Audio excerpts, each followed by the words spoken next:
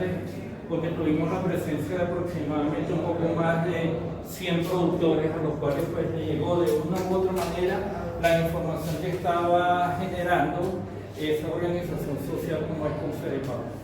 Creo que eventos de este tipo de una u otra manera contribuyen con el proceso de formación de ustedes. Me llamó la atención en el salón de clase lo que tiene que ver con sus carteleras, están manejando los elementos de economía. El venezolano de una u otra manera presenta una cierta reticencia a conocer de economía, a manejar los hechos inherentes al campo de la ciencia económica. Es algo extremadamente irónico, una paradoja, porque todos los días hacemos economía. Todos los días estamos tomando decisiones de estar comprando cosas, de estar evaluando precios, de estar consultando establecimientos, visitando, etcétera, etcétera. Hoy en día, todos los días estamos pendientes de cómo se está cotizando el dólar y por dónde lo cotizaste. No, pues lo coticé por el monitor dólar, lo coticé por el Banco Central de Venezuela. Casi nadie sabe que el monitor dólar también lo maneja el Banco Central de Venezuela. ¿Sí? Eso no se lo han dicho en ninguna parte. Un sitio que está ubicado, entre comillas, en Cúcuta, Colombia. Nunca escuchan a ningún funcionario del Banco Central de Colombia pronunciándose sobre la cotización del dólar en Cúcuta. Y ni lo van a oír, porque ¿quién alimenta el mercado cambiario en Cúcuta? El gobierno venezolano. ¿Ok? Entonces, la invitación es a conocer de la economía, la invitación es a tener claro lo que tienen en sus carteleras de las variables económicas, la invitación ya aquí a que sigamos haciendo cosas juntos. Creo que es extremadamente importante. Nosotros estamos vendiendo en nuestra extensión Bocono en la carrera de Ingeniería de la Producción en Agroecosistemas, lo que genera Fundación Lazaro, un recurso humano, un recurso profesional que sea emprendedor. Al menos cuando yo estudié en la Universidad de los Andes, a mí no me enseñaron, no sé a ti, pero a mí no me enseñaron a ser emprendedor. Me enseñaron que va a ser un recurso humano que usted va a trabajar en algún sitio. Y eso es muy distinto a yo ser emprendedor. Y si voy a manejar todo lo que tiene que ver con el campo de la administración, con el campo de la contaduría, de una u otra manera, porque la administración es simplemente la microeconomía dentro de ese mundo grandote, gigante que hay de la economía o de la macroeconomía. ¿Okay? Entonces la invitación es que sigamos concluyendo actividades de este tipo. Jesús, por favor.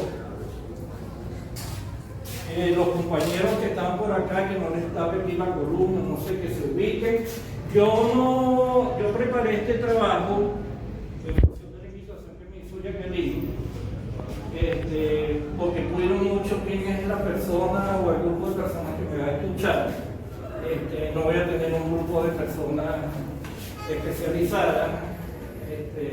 Con el permiso de la colega, yo voy a bajar muchísimo el discurso, porque el discurso de la economía muchas veces es medio real. Simplemente ¿ok? Por eso es uno de los motivos por los cuales los economistas en varias oportunidades somos objetos de crítica. Entonces yo preparé prácticamente una clase. ¿Okay? Siéntanse en libertad en un momento determinado en función de la información que van a ver proyectada. Profe, ¿puede aclarar eso un poquito más? Con todo el gusto del mundo. ¿Okay? Porque la idea es que más o menos se lleguen claro. En la mañana de hoy o lo que quede de mañana, ¿sí? Dentro de la economía, lo que es la política monetaria, que tengan claro qué es una política pública y dónde encuentro o dónde yo debería conseguir darme cuenta, ver, ubicar las políticas públicas en el campo monetario en un país. Porque de una u otra forma, en su accionar en el día de mañana, cuando sean profesionales, pues eso lo va a afectar. El título de la ponencia, el título de la ponencia, Política Monetaria en Venezuela, una mirada a través del socialismo del siglo XXI. un antes y un después. ¿Sí? ¿Ok? ¿Por qué un antes y un después? Porque todos ustedes son unos chamos. Ustedes han vivido, han conocido la Venezuela del siglo XXI. ¿Sí? Ustedes no conocieron la Venezuela actual, la Venezuela donde, por ejemplo, la profesora y yo nos formamos. ¿Sí? Yo estudié en la Universidad de los Andes, yo fui becario del sistema de becas Gran Mariscal de Ayacucho, yo estudié con aquel famoso dólar a 4.30, a mí me daban 650 bolívares mensuales para yo mantenerme en Mérida, y cuando yo vengo y agarro esos 650 bolívares y los divido en 4.30, que era la tasa oficial del dólar en 1980, 1981, pues eso me da 145 dólares. 145 dólares. Yo con 145 dólares mensuales estudié mi carrera. Entonces, desen ustedes ahí la idea de lo que era la Venezuela del siglo XX. Es una beca, o fue una beca, no fue un sueldo. ¿Sí? Un médico en Venezuela ganaba $1,000 de inicio. Esa Venezuela es importante que ustedes la conozcan, porque vuelvo y repito, ustedes conocen la Venezuela del siglo XXI, la Venezuela que está enmarcada en ese concepto ideológico del socialismo del siglo XXI. Adelante, Jesús. Y arrancamos con un concepto básico de economía. ¿Qué es la economía? Si yo no tengo claro qué es la economía, pues yo no voy a tener claro, inclusive siendo egresado universitario de esta carrera, el mundo donde yo me voy a desenvolver. ¿Ok? Porque la economía busca estudiar que el comportamiento de nosotros, de las personas, de las empresas, de los gobiernos, porque todos los días, muchachos, se toman decisiones. En el caso personal son decisiones, pero en el caso de una empresa es la política empresarial de la empresa, y en el caso del gobierno es una política pública que necesariamente, sí o no, puede estar inserta en un plan nacional de desarrollo. ¿Con qué finalidad? Satisfacer necesidades, porque nosotros todos los días comemos, tomamos agua, nos vestimos, usamos el teléfono, nos conectamos en internet, las redes sociales, tengo que tener plata para pagar el plan del teléfono, tengo que tener plata para pagar el pasaje para ir a la universidad a estudiar, tengo que pagar la universidad, tengo que comprar un libro, etcétera, etcétera, etcétera. Imagínense todas las actividades económicas que realiza una empresa para cumplir su objetivo esencial, que en un momento determinado es producción de bienes o producción de servicios. ¿Ok? Ese es el mundo, ustedes están estudiando para eso. Y tengo que conocer la realidad en la cual me desenvuelvo. ¿Qué es la teoría económica? Es lo que los economistas, es lo que ese sujeto, individuo que se transforma en un científico social, porque no únicamente hay científicos de laboratorio, con las probetas, con la pipeta, con el microscopio, también hay científicos sociales, que son investigadores que se forman para estudiar la realidad. Entonces, un conjunto de hipótesis que en un momento determinado busca explicar bajo argumentos sólidos una determinada realidad. ¿Ok? Y en política económica hay teorías económicas. Así como en economía estudiamos una ley esencial, que es la ley de oferta y demanda. ¿Qué es lo que me de juego? ¿Dónde juegan? Juegan en un espacio inimaginable que se llama mercado, y donde concurren oferentes y demandantes, y en términos de ese juego que hace el que ofrece, el que produce los bienes y servicios, y el que los necesita, que los demanda, llegan y acuerdan un precio. Eso, por ejemplo, lo estudia la teoría económica. Hay elementos ideológicos dentro teoría. Claro, por ejemplo, Estados Unidos maneja libre mercado, ciertas regulaciones por parte del gobierno, pero la sociedad norteamericana no tiene empresas de gobierno produciendo bienes ni produciendo servicios. ¿Por qué? Porque ellos creen en la teoría del liberalismo. Solo predican ellos desde que ellos son países. ¿Por qué? Porque ellos dicen el hombre, el ser humano, la persona, tiene las condiciones para él convertirse en un elemento productivo, en un elemento esencial de la sociedad. En Venezuela, nosotros no tenemos libre mercado. Nosotros tenemos definido un concepto de Estado que está en la Constitución, donde se plasma un conjunto de instituciones, y esas instituciones, las personas que llegan ahí y dirigen esas instituciones es gobierno. Entonces tenemos que tener muy claro la diferencia que hay entre Estado y gobierno.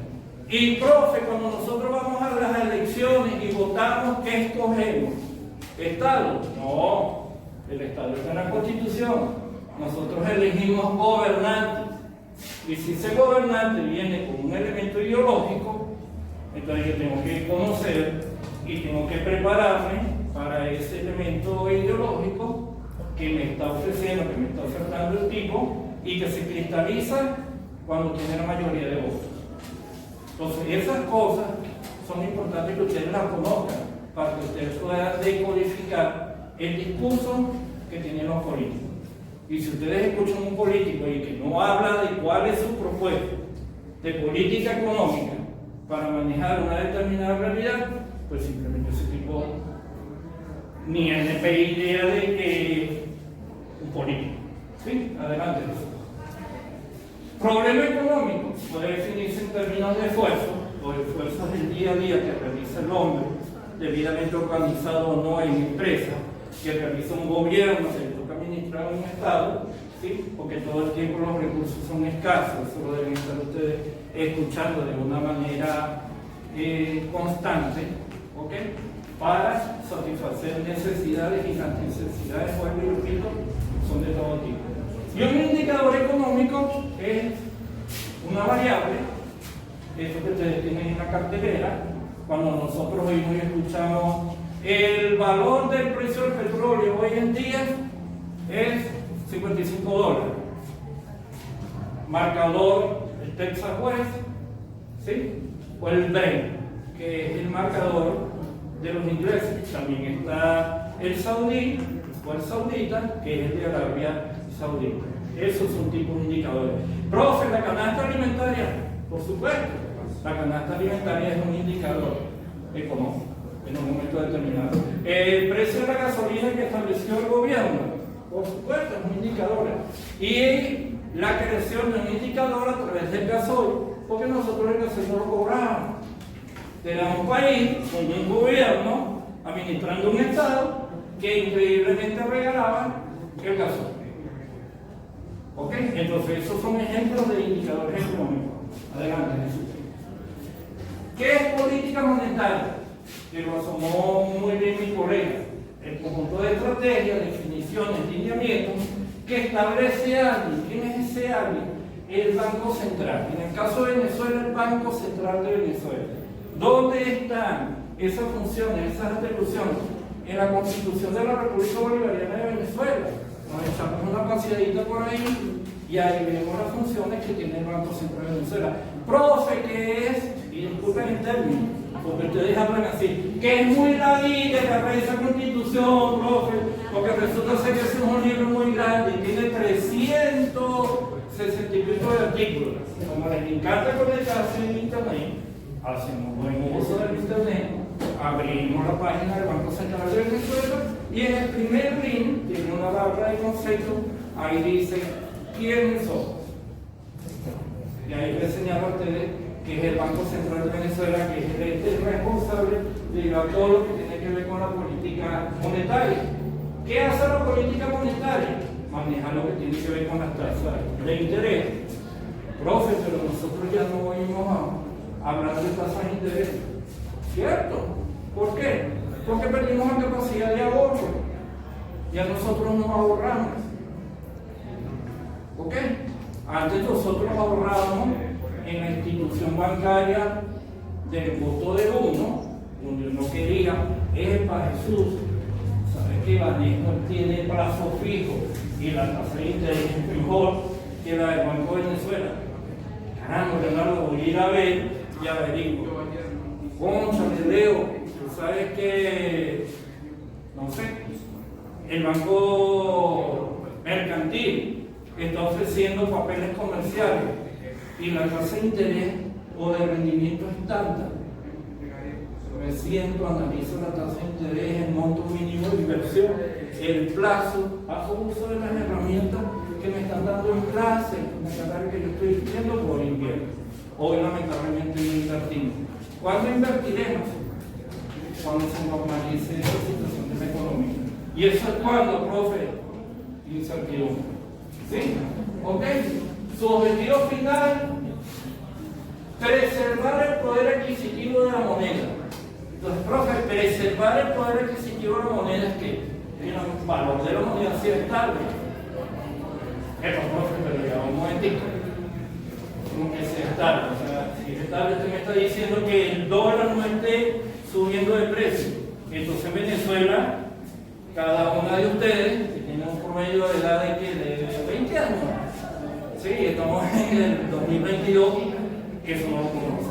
Entonces, yo saco una conclusión rápida: papá, el Banco Central de Venezuela no está preservando el valor de la moneda. ¿Ok? Mediante la creación de condiciones monetarias y financieras que favorezcan la estabilidad del precio. Profe, el paquetico de harina pan todos los días sube.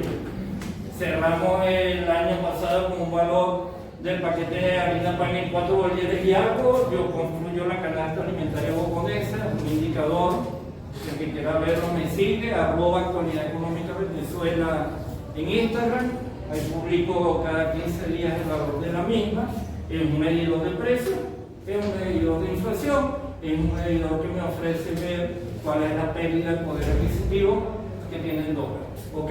Y todos los días pierde, y todos los días aumenta el dólar, todos los días los precios cambian. Entonces, el Banco Central de Venezuela, yo tengo que decir, darme cuenta, esta tanda, eso tampoco lo está cumpliendo. Dale. El Banco Central de Venezuela es un ente del Estado, perdón. ¿Por qué del Estado? Porque está en la Constitución, tiene rango constitucional. En teoría autónomo, dejó de ser autónomo. ¿Sí? Dejó de ser autónomo. ¿Por qué dejó de ser autónomo? Porque nosotros tenemos un gobierno totalmente presidencialista. Nosotros tenemos un concepto metido aquí en nuestra psique que todo tiene que ser el presidente. Y cuando usted revisa la estructura político-administrativa de este país, usted se consigue con una administración nacional que está constituida por 5 poderes: legislativo, ejecutivo, judicial, electoral y poder ciudadano. A nivel estatal tiene ejecutivo y legislativo y un órgano autónomo que está tiradito allá en la Constitución, creo que es el 163, que es la Contraloría General del Estado. Yo trabajé 26 años en un órgano control fiscal. Y luego tiene el Poder Municipal, que está constituido por 4 órganos principales: Alcaldía, Consejo Municipal, Consejo Local de Planificación de Políticas Públicas y Contraloría Municipal. Y 3 órganos auxiliares, que es síndico, procurador municipal, el secretario municipal y el cronista municipal. ¿Ok? Y nosotros decimos alcalde a nivel del municipio. Nosotros no decimos alcaldía y nosotros decimos Cámara Municipal. Cámara Municipal, ¿qué es eso? Y agarro la ley orgánica del Poder Público Municipal, el PDF, arriba en la barra, tengo la lupita, pongo el término Cámara Municipal. ¡Oh Dios, sorpresa! La ley no nombra Cámara Municipal, no existe. Nosotros desdibujamos la organización del Estado. Y entonces el presidente es el que manda para todo. Y usted escucha las declaraciones que el presidente da orden aquí, da orden allá. En otros países eso no ocurre. Cuando ganó Petro en Colombia, cónchalo, que el sistema judicial, que la fiscalía debería revisar el caso de Leonardo Argüello, que estuvo inmerso en unos atentados en contra del Estado colombiano, por el bien, por la seguridad, que sé yo, siendo simplemente presidente electo. Salió de Ibarra, el fiscal general de la República Colombiana, que le dijo: señor presidente electo, recuerde que en Colombia hay separación de poderes. Usted es el presidente de la República, yo soy el titular de la Fiscalía General de la República. ¿Qué hace una Fiscalía General? Preservar los derechos de los ciudadanos. Ese es un ejemplo de separación de poderes. Ustedes se lo escuchan en la sociedad norteamericana cada rato. El presidente Biden acudirá al Congreso a pedir la aprobación de una ley donde le da un tratado de régimen provisional a los inmigrantes en territorio estadounidense. No es el presidente que dice: vénganse y aquí se queda. No, es el Congreso. Esos son ejemplos de separación de poderes. Nosotros perdimos la separación de poderes. El que está de presidente del Banco Central de Venezuela, ¿qué hace? Lo que le dice el presidente de la República o lo que le dice lamentablemente lo que dirige el Partido Socialista Unido de Venezuela. Todas esas cosas nosotros tenemos que conocerlas, saber, para saber qué territorio estamos pisando. ¿Ok? En el deber ser dice que ejerce funciones de política monetaria. ¿Para qué? Para cumplir el objetivo, lo que se indica, fundamental de lograr estabilidad de precios y preservar el valor interno y externo de la moneda. ¿Ok? Preservar. Y llevamos 3 reconversiones monetarias. Entonces dice: profe, pero preservar es cuidar, atender, que no se dañe, que no se deteriore. Y llevamos 3 reconversiones, 14 ceros al bolívar, pues obviamente ni se ha cuidado, ni se ha preservado, ni se ha atendido. ¿Correcto? Adelante. Tasa o tipo de cambio. Sí, la tasa o tipo de cambio es la relación que necesariamente tiene que establecerse entre 2 divisas. Necesariamente. ¿Ok? Entonces yo comparo el bolívar, la relación de cambio que tiene con el dólar, yo comparo el bolívar con la relación de cambio que tiene con el euro, yo comparo el bolívar con la relación de cambio que tiene con el peso colombiano o con el peso chileno. ¿Ok? Simplemente. ¿Ok? ¿Qué me da el precio en bolívares de esa relación? ¿Sí? Que existe en un momento determinado si yo quiero comprar un bolívar. En base a las cotizaciones que hace el Banco Central de Venezuela. Y que es encaje legal, que lo han estado escuchando mucho, se lo dieron a explicar a la profesora muy bien. Encaje legal es aquella parte del dinero, en teoría, una vez que el banco, porque ¿cuál es la función principal del banco? La principal función que tiene un banco privado, es recibir dinero y prestar dinero. Todo lo demás que tenga que ver con cajeros automáticos, que tengan que ver con tarjetas de débito, de crédito, son aspectos secundarios. Pero la principal función de un banco es recibir dinero para trabajar con el dinero de las personas que vienen y me dejan a mí el dinero aquí porque yo les voy a pagar una determinada tasa de interés y ese dinero yo lo presto. Ahora, cuando usted tiene un encaje legal, como que vieron en la exposición de la profe del 73%, significa que de cada 100 bolívares que el banco recibe, ¿cuánto es 100 menos 73? ¿Cuánto es 100 menos 73? 23. 27. Entonces el banco lo que puede prestar son 27 bolívares, que son muy poco dinero. Los indicadores promedios en una economía sana, en términos de encaje legal, señalan que el encaje legal debiera ser no mayor a un 10%. Eso significaría que de cada 100 bolívares que yo recibo, yo tengo capacidad para prestar 90. Entonces puedo atender mejor las necesidades de recursos financieros para invertir que requieren los actores de la economía. Dale, por favor. Tasa de interés es la cantidad que se abona por usted tener un dinero en el banco. Te dice, bueno, yo tengo dinero en el banco, yo lo tengo en una cuenta de ahorro, el banco me paga 8% de interés, ese 8% de interés le tiene que dividirlo entre 12 y le da la tasa mensual. Eso se lo aplica a la cantidad de dinero que usted dejó depositado en el banco y le da la cantidad de intereses que usted se gana por tener una determinada cantidad de dinero en una cuenta. Y las reservas internacionales, así como las personas, las familias tienen ahorro, un país ahorra. En el caso de la familia, eso se llama ahorro.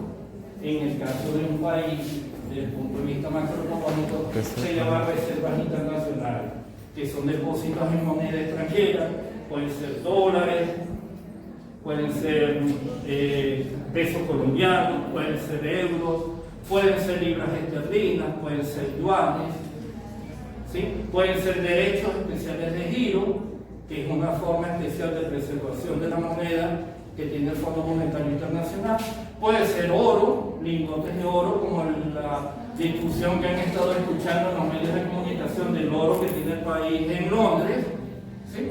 Y que no se lo quieren entregar al gobierno vigente que tenemos en Venezuela por razones político-ideológicas. ¿Okay? Eso no obedece a razones de tipo económico. ¿Ok? Adelante.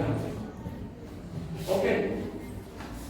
Y en función de estas consideraciones iniciales, de estos conceptos básicos, en el título de la ponencia, yo hablé de un antes y un después de esa política monetaria en términos del socialismo del siglo XXI. ¿Sí? Y antes de que llegara el socialismo del siglo XXI, la columna del lado izquierdo, esta que ustedes ven acá, ¿sí? Nosotros producíamos un poco más de 3.200.000 barriles de petróleo. Esa era la realidad que nosotros teníamos en el país. Esa la realidad fue la que le permitió al que está hablando aquí en este momento tener una beca de $145. ¿Okay? Esa fue la realidad que permitió, en buena parte, que la planta física de Fundación La Salle, que está en el campus Boconó, fuese construida. ¿Ok? Tenemos que hacer esa lectura. Esa realidad fue la que permitió que el puente que está ahorita sobre el puente Zumbador, cuando hubo crecientes en el año 82, creo que fue 83, que el río Boconó se llevó el puente, se construyera esa obra de minería que está ahí. ¿Ok? Entonces, esas lecturas tenemos, muchachos, que hacer. En el caso de la Universidad de Los Andes, el que haya ido para la villa universitaria y vea ese conjunto de edificios que está en esa sección de terreno, que son edificios que tienen 3 y 4 pisos, donde tranquilamente pueden ir a clase 6.000 estudiantes. Eso se construyó con esa realidad. ¿Ok? El ingreso per cápita del país, el último, en promedio, en función de la renta petrolera, el indicador de ingreso per cápita del país era $3.930 y el salario mínimo era de $337.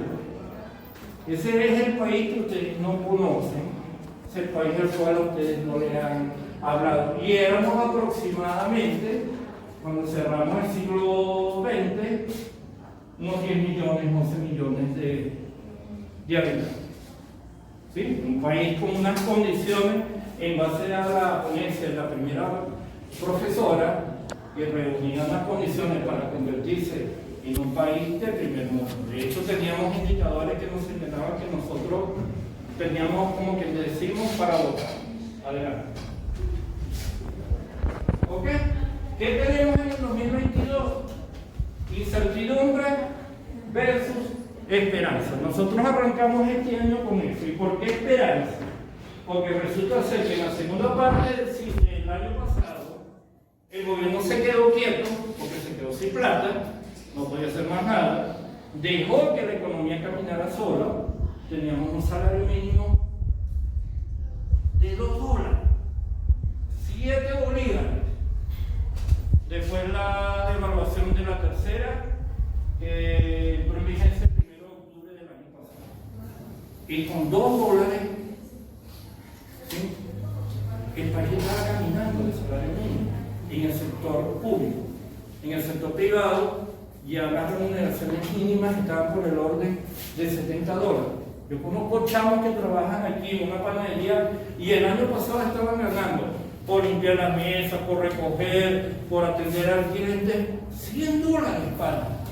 Aquí en Pocono, disculpen, coño, ¿será que yo me busco un trabajito de ese tipo? Porque a mí la universidad no me paga, pero ni siquiera la mitad de los $100. ¿Ok? Había unas dinámicas extremadamente interesantes. Esas dinámicas nos duraron más o menos hasta febrero de este año, que a partir de marzo, irónicamente, el 15 de marzo hubo el aumento de sueldo y empezamos a caminar más incertidumbre. Adelante. Ok, hay un documento técnico, hay un documento legal que están obligados a elaborar los gobiernos en Venezuela, lo dice la Constitución, lo dice la Ley Orgánica de Planificación Popular, que es el Plan Nacional de Desarrollo Económico y Social. Es lo que está aquí. Recoge todas las políticas de lo que un gobierno comienza o piensa hacer en un horizonte de 6 años. ¿Por qué 6 años? Porque 6 años dura un gobierno nacional. Un gobierno regional o municipal dura 4 años. Profe, las gobernaciones de Estado y los municipios están obligados a hacer plan de desarrollo estadales y municipales respectivamente. Por supuesto, están obligados. ¿Ok? Tiene un plan, un documento de planificación pública que establece de forma sistemática y coherente las políticas, objetivos, estrategias y metas deseadas. ¿Ok? Incorporando proyectos, acciones y recursos. ¿Para qué? Pues para lo que dice el preámbulo de la Constitución, para que nosotros seamos mejores ciudadanos, para que nosotros tengamos mejores condiciones de calidad de vida. Porque ese es el deber ser. ¿Para qué estudiamos nosotros? Estudiamos porque queremos tener una profesión, porque tenemos fe que a través de esa profesión nosotros vamos a tener mejores condiciones de vida. Entonces, que permite lo que llamamos movilidad social. Que yo, que estaba aquí en un nivel bajito, obtuve un título universitario, trabajé y yo comencé a moverme. Y yo podía o puedo arrastrar a mi papá, a mi mamá, al tío, a la familia con la que yo vivo, o a la pareja con la que estoy viviendo, ¿no? Y haciendo un nivel de calidad de vida superior. ¿Ok? Adelante. Estos son los planes nacionales, una cronología de los planes nacionales de desarrollo que ha tenido el país desde la era democrática. Nosotros comenzamos la democracia en 1960. Somos un país demasiado joven en términos de manejo del sistema democrático. Ni siquiera tenemos un siglo. Nosotros cerramos el siglo XIX y comenzamos el siglo XX con una figura militar. ¿Con quién? ¿Ah? No, iniciamos el siglo XX. ¿Con quién? El siglo XX, no el XXI. Estamos en el XXI, el XX. Juan Vicente Gómez. Les hace la historia, lo que pasa es que no les gusta la historia. ¿Ah? No he nacido. Yo tampoco he nacido. Pero lo que les quiero significar es que nosotros iniciamos el siglo XX un militar. Ese militar le puso orden al país, hubo un enfrentamiento, hubo una generación de estudiantes como ustedes, universitarios, que a inicios de la década de los 30 del siglo XX promovió un conjunto de cambios en el país, ¿ok? Y posteriormente se logró, luego de la dictadura de Pérez Jiménez, que prácticamente fue en toda la década de los 50, que nosotros arrancáramos en 1960 con el primer presidente elegido en elección en el siglo XX. Y comenzamos todo un proceso de democracia con Rómulo Betancourt. ¿Ok? Nosotros cerramos en el siglo XX con un plan de gobierno que se llamó la Agenda Venezuela. ¿Ok? Es verdad que el país tenía crisis, Es verdad que los indicadores estaban reafirmando que había crisis, pero el venezolano, sí era el siglo XX, para comenzar el siglo XXI, con un militar. Sí, qué irónico, ¿no? Un militar, le gusta el populismo, le gusta la figura del gendarme, le gusta el tipo que lo manda, el macho, ¿sí? Que atropelle, etcétera, etcétera. Exactamente, no cuesta asumir y arrancamos con un primer Plan Nacional de Desarrollo, con una nueva constitución, y llevamos 4 planes nacionales de desarrollo con un elemento ideológico extremadamente muy marcado, que es lo que se conoce como socialismo del siglo XXI. Ese es el terreno que nosotros estamos transitando. Ese es el terreno que nosotros estamos caminando. Ese es el terreno que nosotros decidimos cada vez que vamos y votan por el socialismo del siglo XXI. Bueno, nosotros no lo decidimos mis padres, específicamente los míos no lo decidieron.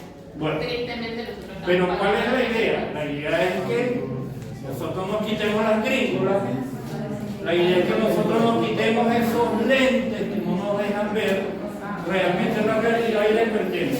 Porque el futuro de Venezuela es de quién? El futuro de Venezuela es de ustedes. A ver.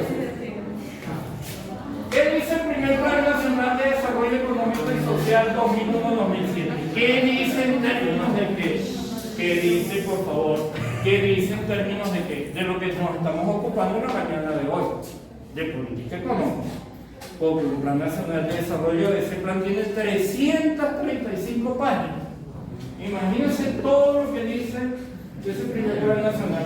Entonces dice, un equilibrio social, ¿sí? Uno de los fundamentos es la educación. Y esa educación estaba dirigida a generar una economía productiva. Eliminar la volatilidad económica. Y si me hablo de la volatilidad económica, ¿de qué me está hablando? Ajá, uno. ¿Y de qué más me está hablando? ¿De qué más me está hablando? Que lo hemos oído en la mañana de hoy. Me está hablando del dólar.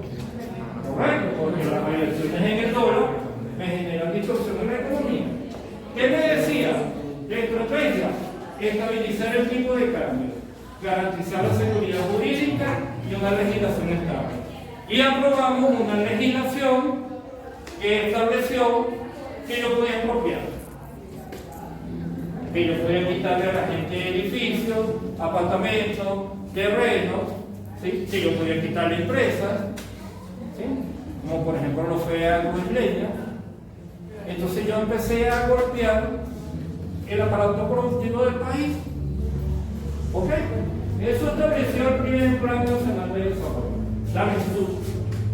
Tuvimos un segundo Plan de Desarrollo, 2007-2013, donde se declaró el elemento ideológico Venezuela hacia el socialismo del siglo XXI.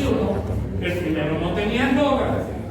Primero era un documento eminentemente técnico desde el punto de vista de la planificación estratégica.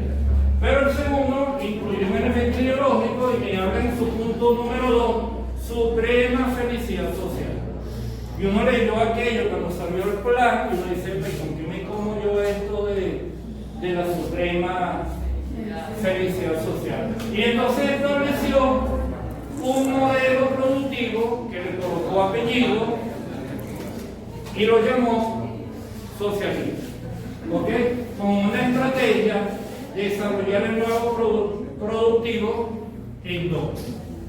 Lo endógeno, de una u otra manera, tiene que ver con lo que nos asomó en la mañana de hoy la primera ponente, con los países con economías emergentes.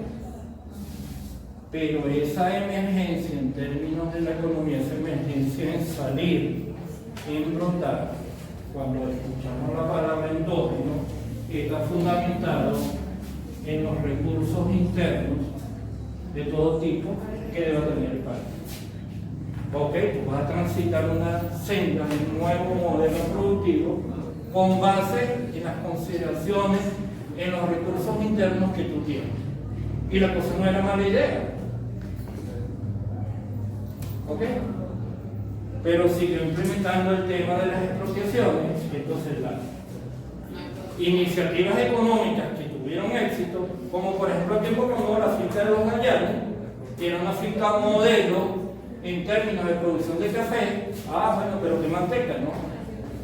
Yo llego, te coerciono a través del Estado, a través del poder que me da el hecho de que yo detento el Estado, y yo te obligo a que me vendas, y yo me apropio, entre comillas, de algo que ya está producido. Y yo vengo y lo monto, yo estoy produciendo. ¿Sí? O la gente que cuando vamos por el eje vial y llegamos a Turagual y vemos del lado derecho ese conjunto de edificios que están ahí, cerca de la entrada de Motatán, que son unos bloques que construyeron apartamentos, le llegaron al tipo, literalmente lo obligaron, véndeme los apartamentos, y a las 2 semanas yo salgo, Programa Nacional de Viviendas, construimos viviendas para ustedes. No las construyeron,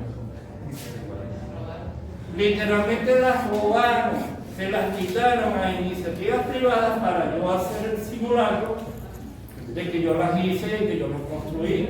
Cuando ustedes entran, llegan al Prado, está la redonda del Prado, cuando se incorporan por el eje vial Cruz Carrillo, que eso se llama así, del lado derecho va a conseguirse una edificación enorme que está abandonada, el Hospital del Seguro Social. Tiene más de 10 años y no se termina. Imagínense ustedes todo lo que hubiese ayudado el Hospital del Seguro Social en términos de la pandemia del COVID. Todo lo que hubiese ayudado. Porque el Hospital José Gregorio Hernández de Trujillo, ¿quién lo hizo? Lo hizo Pérez Jiménez. Ni siquiera lo hicieron los adecos o los copellanos. Lo hizo fue Pérez Jiménez. ¿Sí? Es como el colegio que está aquí al final del Andrés Bello, que tiene un busto de un señor de bigote, yo no sé si equivoco o no, de apellido Saavedra. ¿Sí?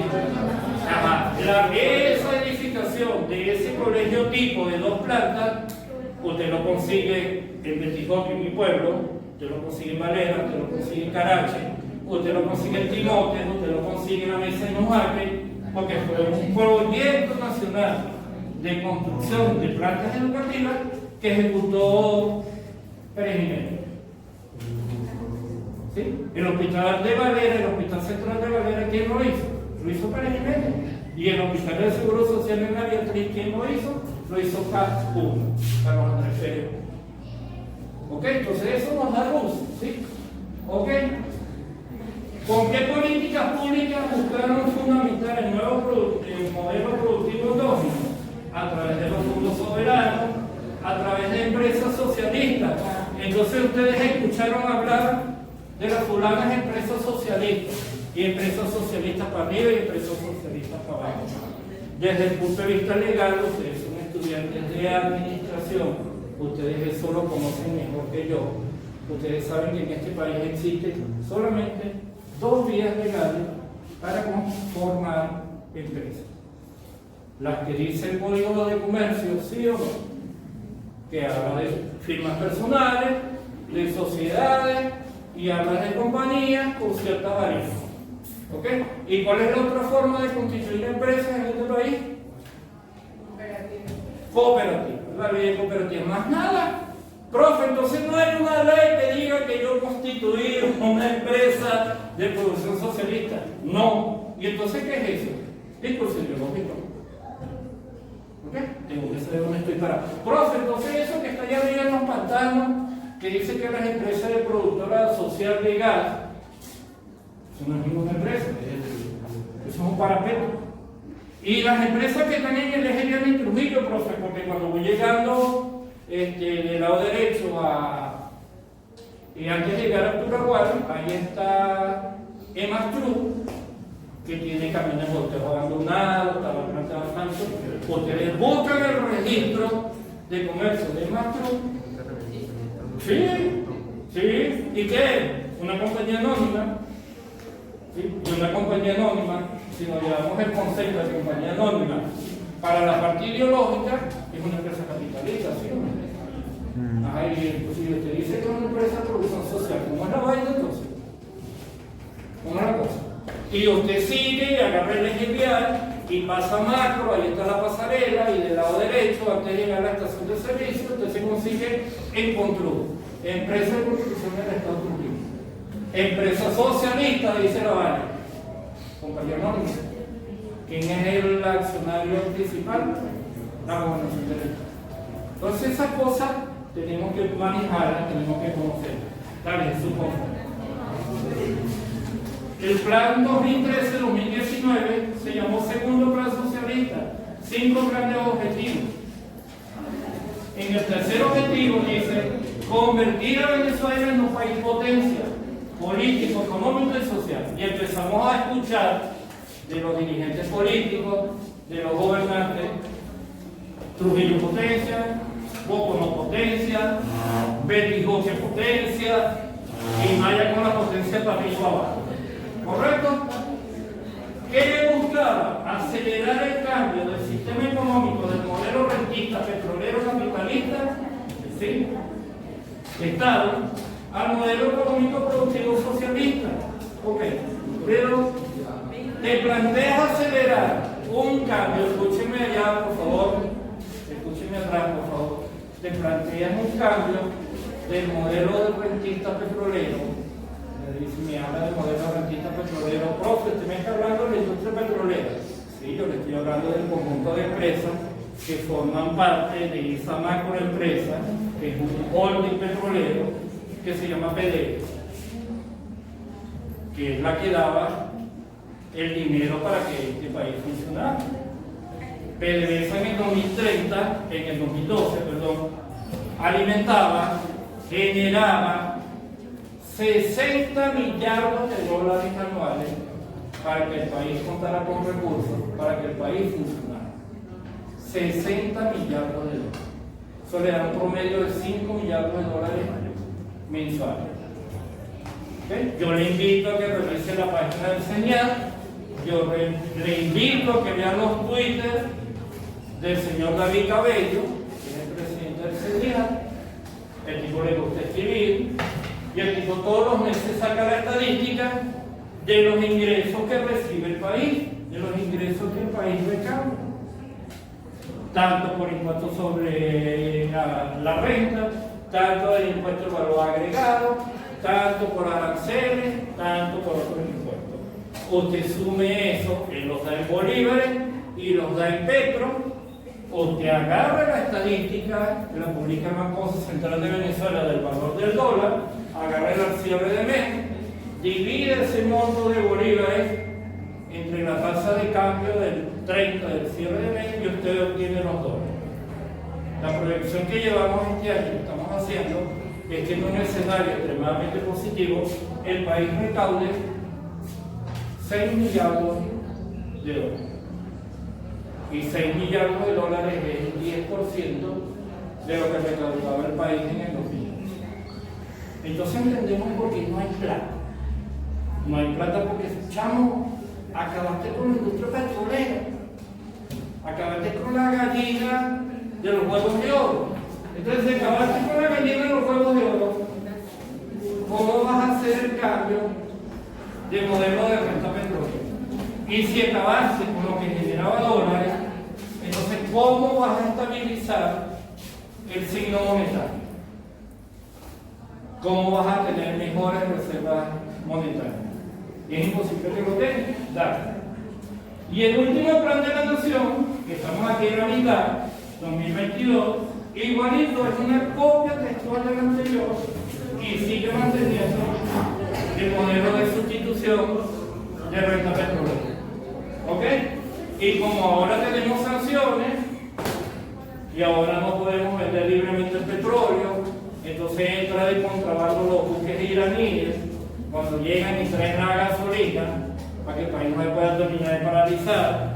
O leímos, no, ya vienen las empresas norteamericanas y van a venir a producir petróleo, y oímos el puesto de Chevron, ¿sí? La compañía norteamericana que logró permiso del gobierno norteamericano, porque tuvo que ir a pedir permiso para poder ingresar de nuevo a Venezuela. Pero, profe, llegó Chevron. Con Chevron vamos a producir. Ajá. Y ustedes se han puesto a leer por cuál es el motivo, causa o razón por la cual Chevron viene. Chevron viene a cobrar los 5 millardos de dólares que le debe el Estado venezolano, porque cuando el gobierno firma acuerdos, el garante no es el presidente de turno, el garante es el Estado venezolano, somos nosotros. Los tipos vienen a cobrar, a buscar los 5 millardos de dólares que se les quedó de miedo. Recuperado ese dinero, listo, yo no tengo más nada que hacer aquí, porque mientras permanezca este tipo de sistema político-económico, pues simplemente no hay discusión. ¿Ok? Entonces, todo este conjunto de elementos forma parte pues, de la política económica actual. Dale, Jesús, por favor. ¿Qué tenemos? De 3.200.000 barriles diarios de petróleo, nosotros pasamos a producir 630 y pico mil barriles diarios de petróleo. Por eso, de un presupuesto de divisas de 60 millardos de dólares, a duras penas estaremos llegando a 5 millardos de dólares al año. ¿Okay? Por eso, nuestro salario mensual de 337 dólares se convirtió en esta payasada, donde el gobierno vino y estableció el 15 de marzo un salario mínimo para el sector público de 30 dólares, que ya ahorita en el momento actual viene representando ya alrededor de 21 o 22 dólares. Y dice, profe, el paquete de harina pan vale 8 bolívares con 87 céntimos en Casa Todo. ¿Sí? Porque yo tomo precios en Casa Todo. ¿Sí? Entonces, profe, necesito más de $1 a comprar un paquete de harina. Y el paquete de harina me dura un día. Y profe, no voy a comer la arepita sola, le tengo que echar algo. ¿Correcto? Eso nos explica eso, muchachos. ¿Sí? Nos explica cómo, con una deuda que cerramos, una deuda pública nacional de 32 millardos de dólares, que es uno de los elementos que generó crisis en el siglo XX, nosotros pasamos a tener una deuda de 120 millardos de dólares. ¿Sí? Con esa política monetaria que hemos tenido. ¿Ok? 120 millardos de dólares. Entonces, realmente lo que nosotros estamos transitando y que nos están hablando de que Venezuela cambió, hay dos discursos mediáticos extremadamente rudos, o las redes sociales, a través de las redes sociales juegan con nosotros, en teoría de juego, nos montan lo que se llama un farol. Farol es un término de jugar póker, los que jueguen póker saben lo que es el término farol. El farol es un elemento distractor, lo que hace es ponerme a mirar para otro lado. Entonces, una estrategia es Venezuela cambió. ¿Ok? Y el otro farol que nos montaron, el Darién. ¿Ok? La selva del Darién, el poco del Darién. Dice, ok, está bien, el fulano Darién. ¿Y quién montó el Darién? El Darién no es de ahorita. El Darién funciona desde el siglo pasado.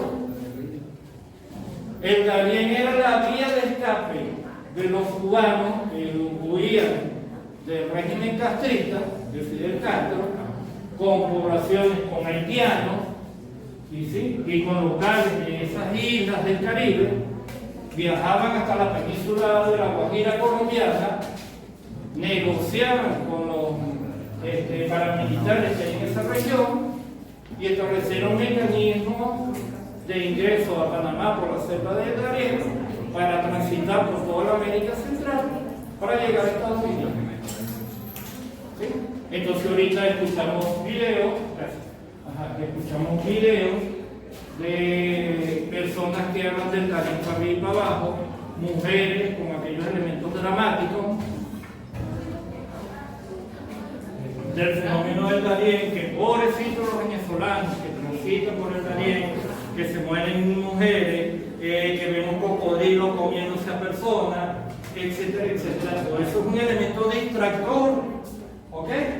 Y entonces tenemos envuelto en discusión en este momento, que deberíamos preocuparnos por eso, despachamos. Y el 1.000.000 de hectáreas, estamos hablando de una extensión de terreno más grande que el estado de Trujillo. 1.000.000 de hectáreas cultivables, porque todo el territorio del estado de Trujillo no es cultivable, ¿correcto? Entonces, no hay en Venezuela una porción de terreno que aglutine en una sola unidad de producción 1.000.000 de hectáreas. Eso significa que la vas a tener distribuida en todo el territorio nacional. Despachamos ahí. Y es que vamos a volver a las expropiaciones entonces. ¿Ah? Porque ¿dónde están esos terrenos? ¿Quién los tiene? ¿Quién los trabaja? Es parte de los acuerdos que he estado firmando el gobierno nacional. Y esas cosas no deberían generar interés, discutirlo. ¿Por qué? Porque somos universitarios. Porque si realmente queremos a Venezuela, deberíamos investigar, deberíamos generar espacios de discusión, como por ejemplo he generado en este foro en la mañana de hoy, para discutir sobre esas cosas. ¿Qué pasa con la política tributaria del país? Porque tiene que ser una escala de petro. ¿Quién fija el precio del petro? ¿Cómo es posible que aquí hay locales comerciales que tienen 12, 16 metros cuadrados y pagan un petro mensual de tributo? Tengo un amigo que tiene un huequito de arreglar zapatos y vende café molido, y el año pasado cuando me dijo eso, y yo me quedo mirando, yo me quedé evaluando al local y Martín me dice, abuelo, ¿qué pasa? ¿Qué estás viendo? Le dije, no, yo estoy aquí sacando la cuenta y estoy viendo los 15 empleados que tienes aquí, que con el petro tú puedes pagarle 15 trabajadores, y no te monto 15 trabajadores que trabajan en tu zapatería en un espacio de 12, de 16 metros cuadrados. Son cuestiones irracionales. ¿Dónde está la rendición de cuentas de los tributos? Y ustedes ven tributos en su carrera. Esas son cuestiones que nos deben invitar a la discusión. Dale, por favor. ¿Qué tenemos con este modelo? Una reducción de no menor al 75% del tamaño de la economía. ¿Lo dice Leonardo Arguello? No. Revisen las estadísticas de Conindustria. Solamente nos queda el 25% del aparato productor del país vigente. Con eso estamos comiendo. Con eso, a duras penas, tenemos esta dieta que nosotros observamos en los establecimientos comerciales de venta de productos de bienes y servicios. ¿Sí? Con esos venezolanos que están todavía ahí batallando. ¿Ok? Hemos tenido una inflación, una hiperinflación descomunal. Es cierto que pasamos el periodo hiperinflacionario, pero la proyección de inflación que llevamos de aquí a diciembre es que se monta en 3 dígitos. Señores, una inflación mayor de 2 dígitos es bestial, es ruda. Y llevamos una proyección, vuelvo y repito, de 3 dígitos. Una pérdida del concepto social del salario, porque nosotros perdimos el concepto de salario. El salario es para dar una calidad de vida, condiciones de vida. Lo que nosotros percibimos, el sueldo no nos permite tener ni calidad ni condiciones de vida. Entonces trabajamos en 2 actividades, en 3 actividades y hasta 4 actividades para tratar de, como decimos en criollo, de sobrellevar la vida.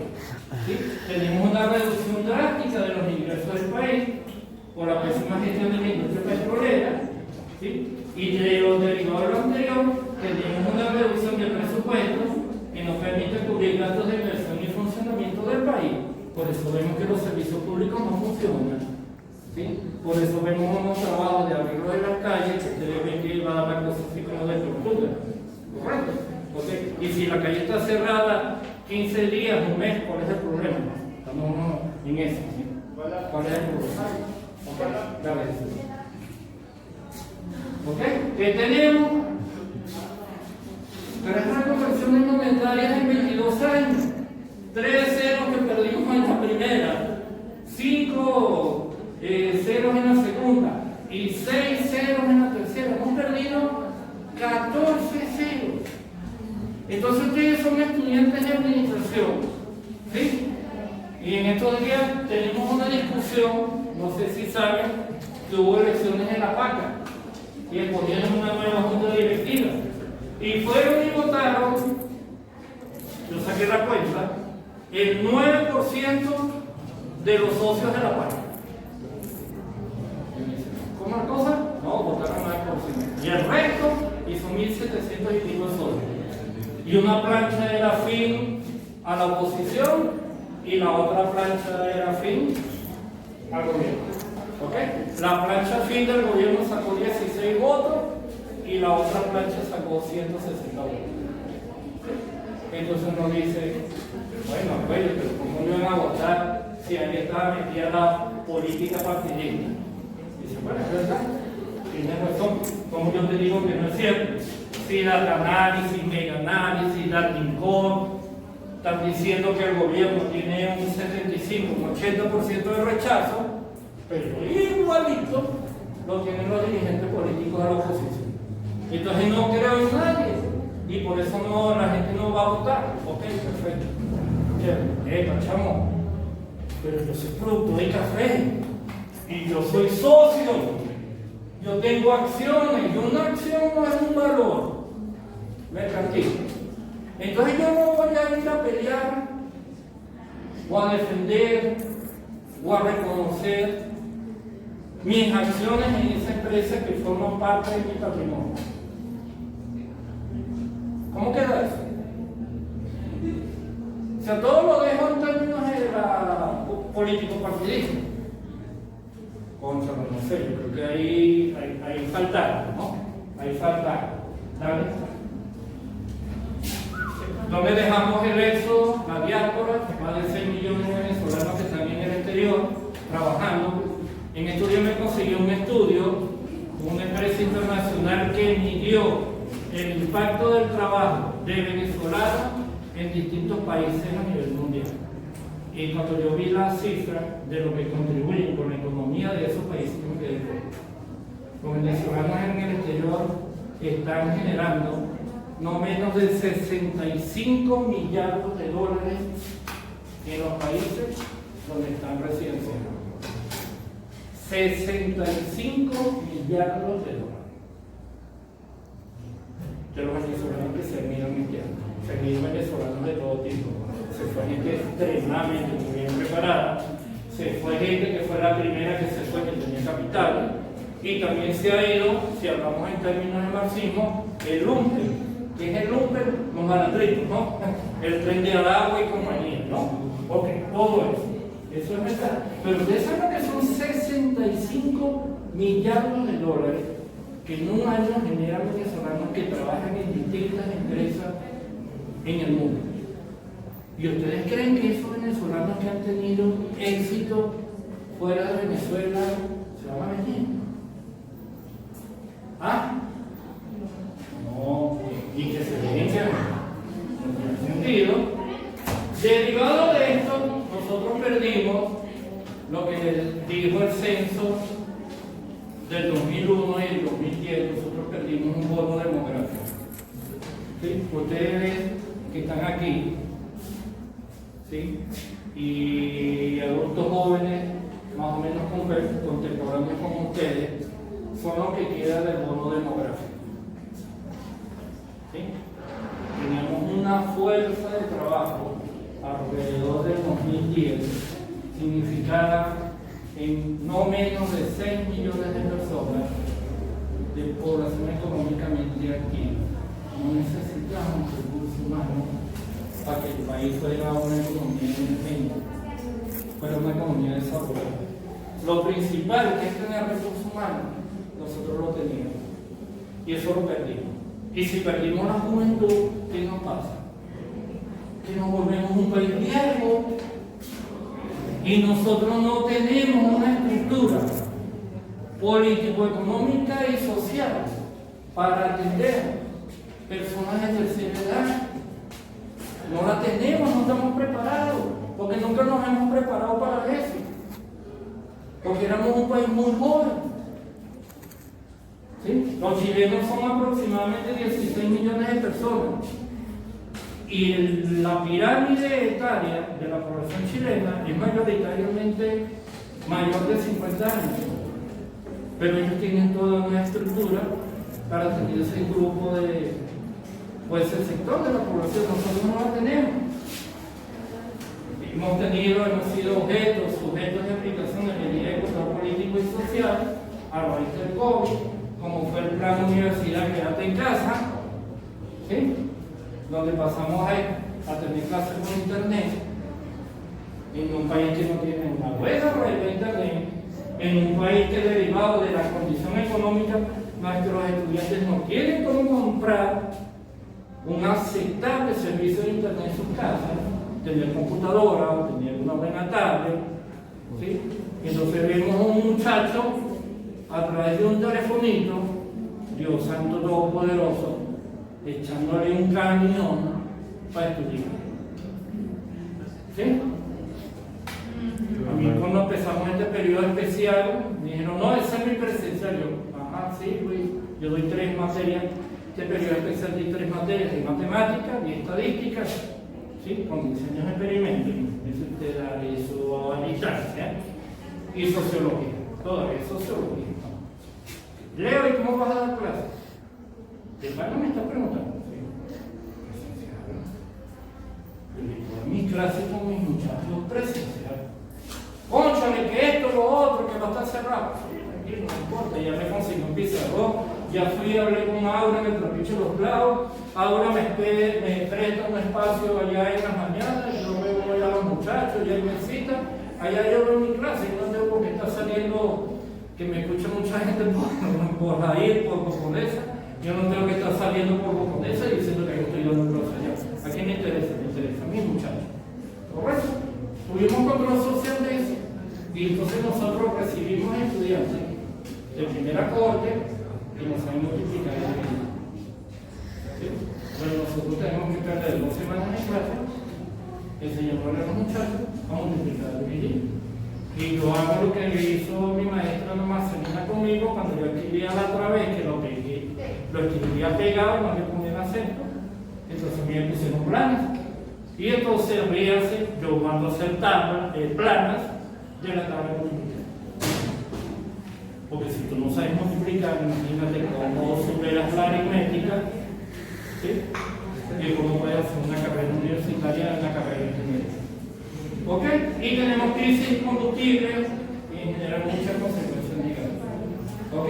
En términos generales, tenemos una política monetaria que realmente no ha dado en el plazo. ¿Okay? Esa es la realidad que nosotros tenemos en este momento. Asomos de cambio, pero que no los tenemos. ¿Sí? Yo me había traído este libro, aquí hay unas estadísticas del profesor Malavé Mata. En el primer gobierno del extinto Chávez, nosotros le regalamos a Argentina 3 millardos de dólares. 3 millardos de dólares. Para cancelar la deuda de Argentina. ¿Saben dónde queda el río Hudson? Que sobre eso hicieron una película de un famoso piloto norteamericano que aterrizó a Marisol sobre el río Hudson en Estados Unidos, cerca de Nueva York. ¿Sí? Nosotros pagamos la limpieza del río Hudson. ¿Ustedes sabían eso? Sí, pagamos $100 millones. ¿Ah? Claro. Eso es todo, señores. Muchas gracias.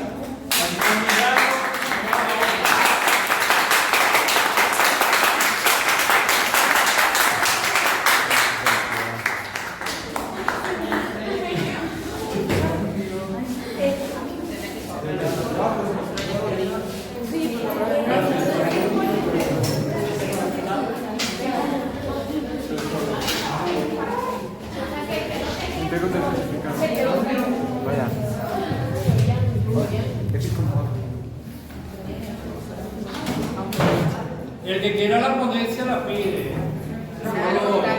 quedaron. Están todos. Ay, qué buena. profesores, sí. Profesor, le van a entregar el certificado. Se le otorga extensión de certificado al magíster Leonardo Argüello por su participación como ponente en el primer foro de economía.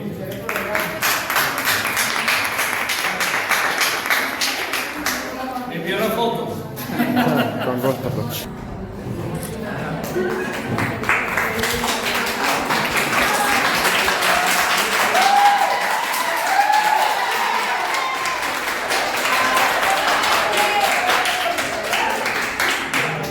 Bueno, vamos a culminar el evento.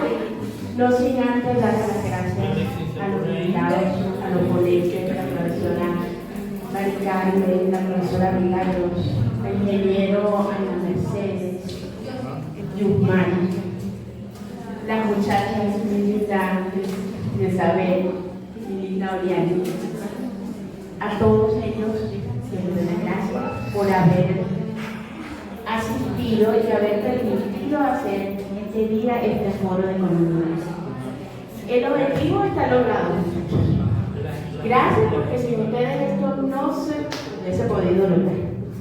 Gracias por su trabajo, por aguantar mis regaños, pero aquí está el resultado de ese trabajo de toda esta semana. Ahí está el resultado de ustedes con esas carteleras, con ese empeño que tienen. Gracias a Isabel y Oriani por su dedicación. Gracias a Yumari por esa tan hermosa de San Juan Bautista. Y invitarlos, ¿verdad?, a seguirme, porque yo creo que hay que mostrar lo que estamos haciendo acá en el Intermar. Hay que mostrar lo que se quede acá en Cuatro Paredes. Hay que decirle a los demás lo que estamos haciendo y que lo que estamos haciendo muy bien. Gracias, muchachos, y que adelante.